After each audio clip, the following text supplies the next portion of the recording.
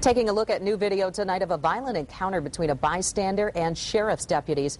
Michelle Selby was pulled from her car by the hair when sheriff's deputies thought she was a violent criminal that they were chasing. 24-hour News 8's Leon Hendrix is at the live desk with that video and a breakdown of what happened. Leon? Oh, well, Brian and Sue, this is the video that details the whole thing and just how intense this situation was. The actual suspect was very violent, had led police on a high-speed wild chase and fired shots at them during it. But when they thought they had him, they didn't. Now the sheriff says he's sorry about the whole ordeal. Police hot on his trail for miles from Kent County down into Kalamazoo County. Speeds around 100 miles an hour. John got shots fired. When they hit Scotts, the suspect cut the corner and deputies followed. But they saw Michelle Selby instead, thought she was the suspect, and treated her just like she was.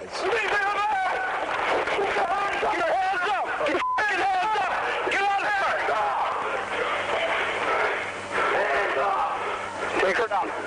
Get out of the car. Get out of the car. Get out of the car. I'm bound. I'm bound. All over. Put your hands behind your fucking back. Shut up. When the dust settled, Selby had 2 broken ribs, among other injuries, her attorney says. They're calling for the firing of the deputy that pulled Michelle from her car by the hair. The real suspect was this man, John Wesley Metzelberg, believed to be involved in dozens of home break-ins, known to be armed and dangerous. But at last he did. After this crash and a swarm of officers, Metzelberg was taken to the hospital and will later be taken into custody. But after what happened to someone who never meant to be involved, this ordeal is not over. I'm bound. All over. Put your hands behind your fucking back. Shut up. And the Sheriff's Department releasing that video much faster than required by law. They say they're just trying to be transparent about the whole thing. The attorneys for Selby say they're hoping that this case is resolved outside of court. They would not say how much in damages that they're seeking at this point.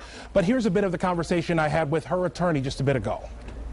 What's really just very, very, very clear is when you look at the police video, there is no way that any reasonable police officer would pull into this driveway and get out and yank a woman out by her hair and throw her on the ground and handcuff her and in any way reasonably believe that she had anything to do with this chase when there are 2 other cops who are right behind police officers, right behind the fleeing vehicle. Where were they? Why would they think that this was one and the same? So it is an incredibly important piece of evidence in this case.